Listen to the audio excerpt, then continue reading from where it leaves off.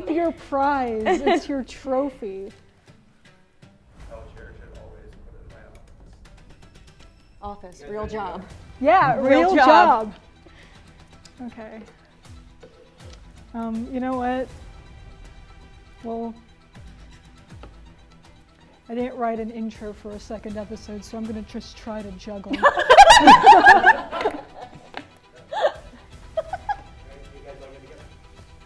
All right.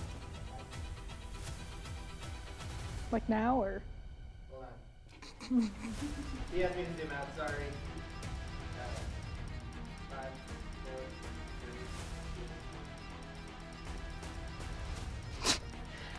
3. Welcome to Fool's Brawl, everybody!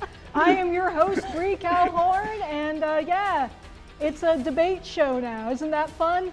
Let's introduce our 3 judges for the evening. First up, we've got David Kousgaard. There it is. Yeah, we all know David. He's pretty cool. They all got glasses tonight. It's a theme. Second up, we got Erin Clough. She's got a cute dog on her shirt. The cat. Cat. Very cute, though.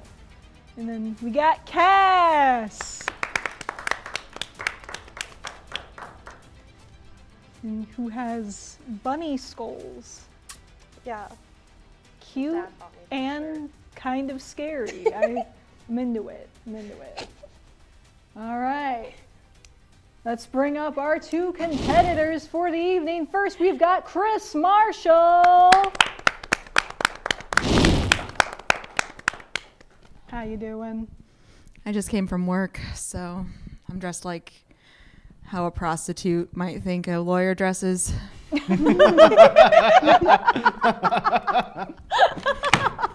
I mean, I'm into it. Thanks, the judge was into it too. All right, and her competitor for the evening, it's Cameron Logsdon. Cameron's got like 1 billion followers on TikTok or something, and was on Suits recently. Suits LA. I don't want to. I don't. The Suits people will be mad at me. Stolen valor. I can't do it wrong. Fair enough. I didn't know there was a difference. All right. Their topic for this evening is a would you rather question, because we are all in 6th grade. The question is, would you rather go completely vegan except for bugs, or only consume human milk for all dairy products? Would anyone like to go first? If neither of you volunteers, I'm flipping a coin. Do it. Flip a coin. Coin, shit. Have a good time. Okay, does anyone have a coin? I might. You could flip $1. No coins. Shit. Sorry. We should just flip Bree. Whoa. You could spin the sword. You can flip a library card. Heads or tails. All right. Does anyone want to call heads or tails on this library Calling card? tails. Of course you have a library card. Heads! Why is this so derogatory? Why'd I just get hit by a library card? All right, Cameron, you're going first. Oh, okay. Yes. Hakuna Matata. What a wonderful phrase. While there are many tales that the Lion King showed us, one thing that we can all take away from it is the idea that there were 2 individuals depicted in that film that were far ahead of their time. I'm speaking, of course, of everyone's favorite, Timon and Pumbaa. You remember them? Anyway, Timon and Pumbaa were notorious bug eaters, and in fact were able to raise a young cub on their own, sustaining entirely on bugs. If it's good enough for the animal kingdom, it should be good enough for us. On the flip side, what is sometimes good for us, that would be human breast milk, there is a statute of limitations on how long that is acceptable for people to eat. Think, for example, of, let's say, like a 10-year-old, you know? Like, just still doing it. Be weird, you know? Makes me feel whatever the opposite of the way I feel when I watch The Lion King is. And for this reason and many others, which I will lay out in today's arguments, I'm going to go ahead and have to support the idea that I would rather be entirely vegan with the exception of bugs over switching all of my dairy products to human breast milk. Thank you. As is typically the case in these kinds of debates, my opponent drastically mischaracterizes the question at hand, which is not whether or not we should breastfeed for all of our dairy products, but think more of like a Mad Max Fury Road breast milk as a commodity kind of situation. You know, in the apocalypse, it might be one of the things that we have as an alternative to water. Meanwhile, bugs are disgusting. And also, I just feel as though vegans are insufferable. And they would only be made more so if they were consuming, you know, roaches. Because they're already thinking, like, they're walking around here thinking that they're basically the second coming of Christ because they don't eat meat or honey or Jell-O. And now they're going to be thinking to themselves, we're also in charge of, you know, urban pest control. And I don't want to let the vegans win.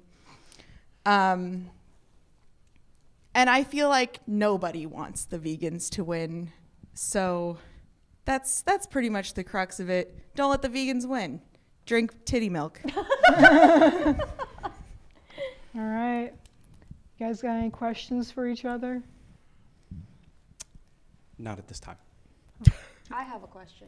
Yes. You mentioned there is a law against breastfeeding to a certain age. There is no legal statute. The lawyer can back me up on this. I've seen a video online. A 12-year-old boy was breastfeeding. Societal rule, yes. Legal statute, no. No. Forgive me. I would like to apologize. I'm not referring to a legal statute. I am, however, referring to the fact that it's gross. For an 11-year-old, you know, good for babies and people for whom, you know, that's their yum, which I would never yuck. However, today we're not talking about personal preference. We're talking about what's right for society, and so I believe that there are a lot of reasons which, you know, leaning primarily on breast milk for all of our dairy resources presents us with many problems. The three problems I'd like to address today are first, logistical challenges, second, practical and sensory challenges, and then lastly, some significant ethical considerations. Now, first of all, implementing human dairy across all forms of our dairy consumption really lends itself to some logistical questions like how will we farm enough human breast milk to sustainably maintain that level of dairy consumption, which around the world, particularly in Western and American countries, in America and other Western countries, is very high. Second, when we think about the sensory challenges, I mean, obviously replacing all of our dairy with human milk is probably gross, you know? I mean, if you think about it, you're talking about a situation where we probably would have to have some sort of office situation where Karen is now pumping just to make sure that we can have cake for Ted's birthday. And that's not necessarily something that I think would be appropriate in that space. And beyond that, let's say we're not talking on a farm to table situation or a farm sign in your kitchen to table situation. Let's say we're rather instead talking about mass production of the human consumption of human milk. Now, obviously, if you think to your own example of Mad Max, what did we see there? We saw the subjugation of women, which again is something that I think that the massive implications for who is able to produce human milk, who is going to be subjugated to the production of that human milk, and where that production is going to be based. Now, most practices for how mass consumption is created around the world does not lend itself to suggest that we are going to do a good job with this, or that the most vulnerable people in our world won't be subjugated to this type of what could be really human rights violations. And these are a lot of things that I would say lean me against the idea that human dairy for all dairy would be a good idea. It simply would not. I'd like to address my opponent's points one at a time. First of all, the idea, if OnlyFans has taught me anything, it is that there will be no dearth of sources for obtaining human breast milk. I'm pretty sure you can order it online now. And if we were to open that market to other products, cheese, ice cream, cottage cheese for some reason, the market would be able to sustain itself. I just don't think that there's, half the population is women, and we're all pretty tired of going to work and answering emails. So, if it was up to me, I'd pick selling titty milk any day of the week over the fight or flight response I get when I get a Teams message. Second of all, you're talking about the sensory fallbacks, the lack of flavor. But let me posit this. Drinking while breastfeeding for babies, frowned upon. However, if I, pump some lady full of Everclear and she starts pumping out Baileys, I'm going to be thrilled about this. Okay? Imagine cheese that's infused with marijuana the natural way. Instead of vaping your weed, you could get it from your Gouda.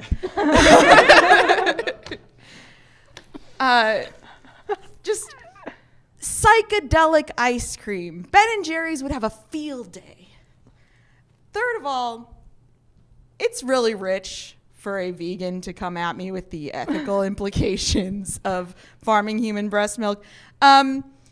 People are way easier to convince to do disgusting things than cows. Cows are pretty much scared all the time. It's a nightmare for them.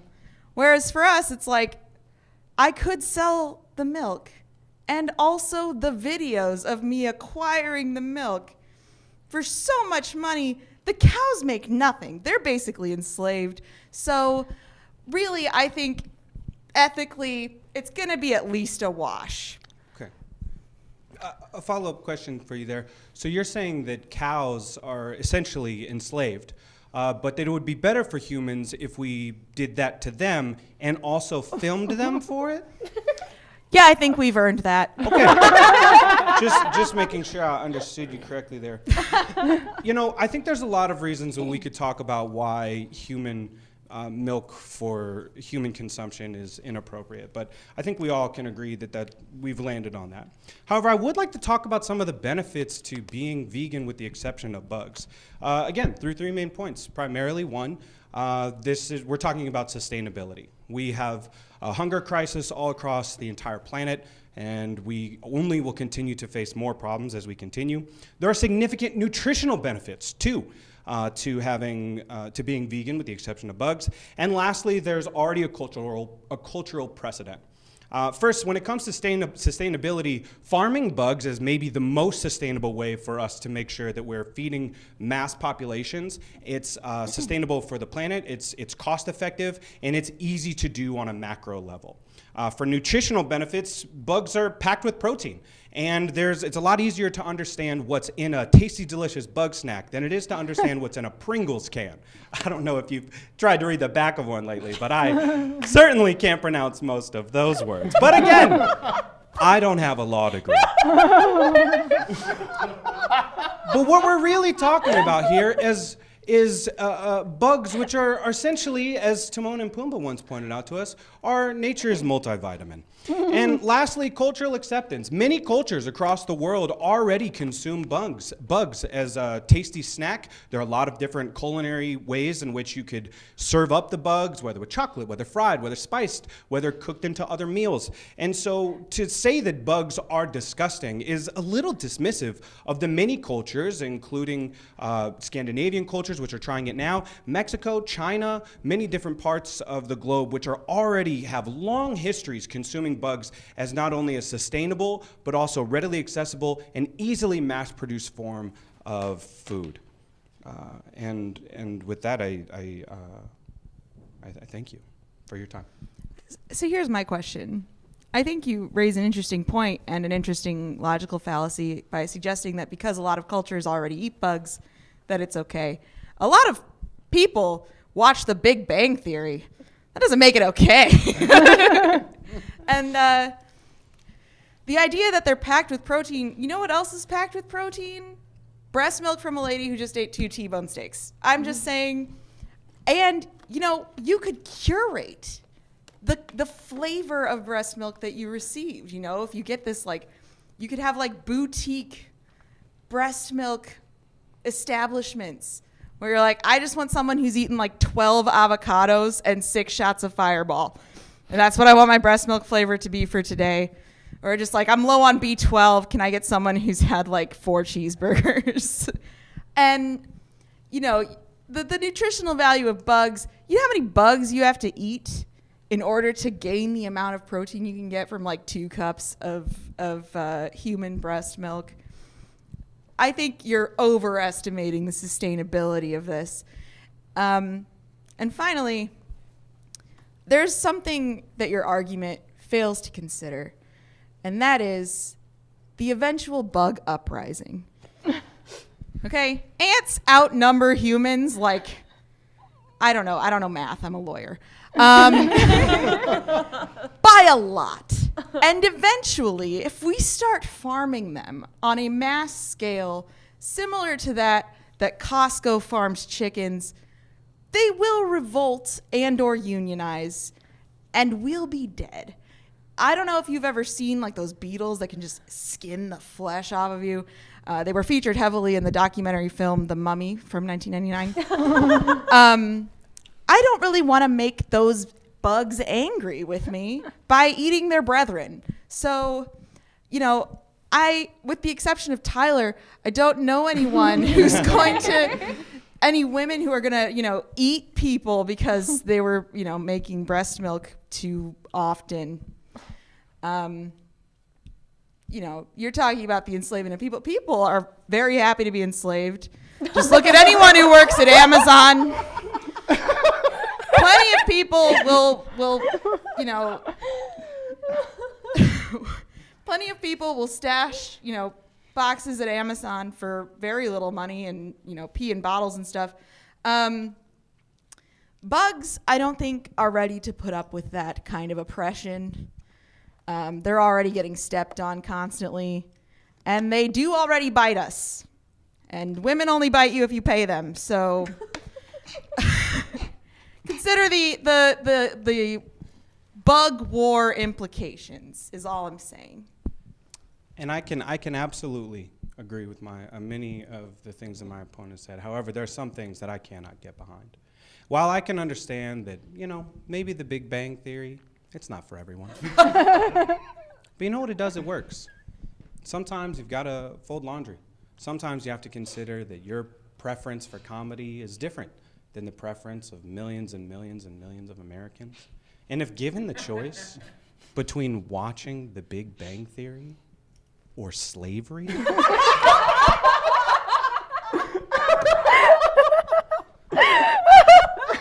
well, to that I say, Bazinga. Okay, I think we're ready for closing statements. If That was my as you're closing, okay, you can give one as well. My closing statement's really simple.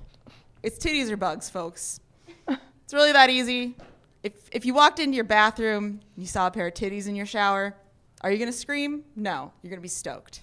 If you walk into your shower, you see a big old beetle on the ground, you're not going to think to yourself, the protein. You're going to scream and run. And I just think we should, choose the option that is the least pretentious, vegans, and involves the most titties per capita. So that about does it for me, yeah. All right. Anything? Who wants to go first? Cass, you're going first. Awesome. I do appreciate Kris's focus on the women's economy of this country in the pursuit of breast milk. I do very much appreciate that argument. I will say I love the idea of boutique breast milk a lot. And the fact that allergies to bugs was never brought up in Cameron's arguments as somebody who's allergic to all bugs. I will be siding with Kris on this one. All right. Erin? I think you both made some really good points. I do want to say quickly, I respect you not using the word titty. I respect you using the word titty. So it seems we all did our jobs today. This is tough because I agree, the women's economy, 52 cents on the dollar, or for white women. We're the only ones here right now. So 52 cents on the dollar. I like the idea of the breast milk. We could really boost the economy with this if we really want to talk about numbers. I do like that. I worry that you're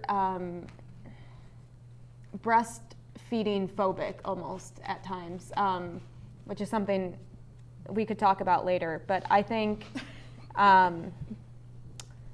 this is hard. This is really hard because titties. Big Bang Theory. And I'm very tempted to say I would choose enslavement over Big Bang Theory, but I don't know if I can go that far on air. God.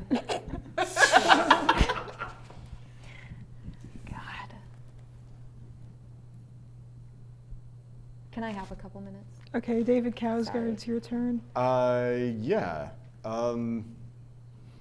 As a person who has had fried grasshoppers very recently, more recently than they've had breast milk. I don't believe that. And shut up.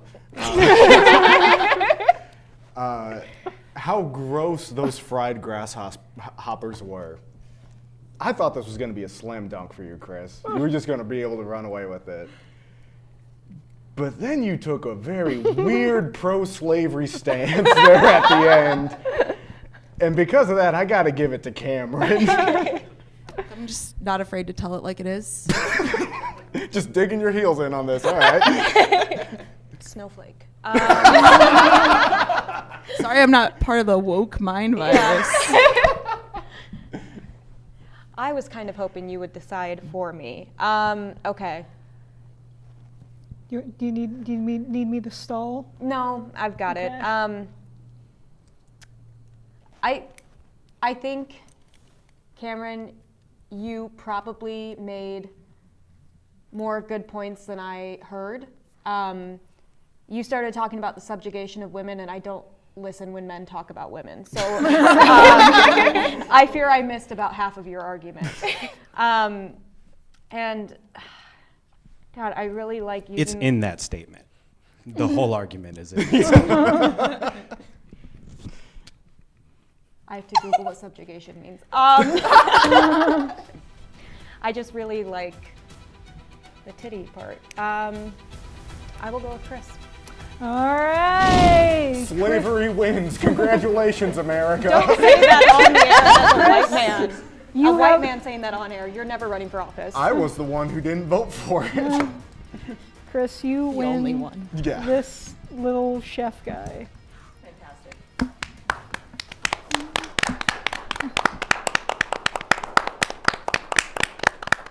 He's beautiful. I'm upset about the lack of rat under his hat.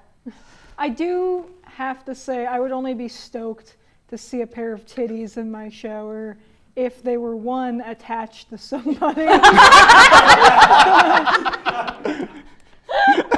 Disembodied tits aren't going to produce milk. I'm just saying. And two, that person was attractive.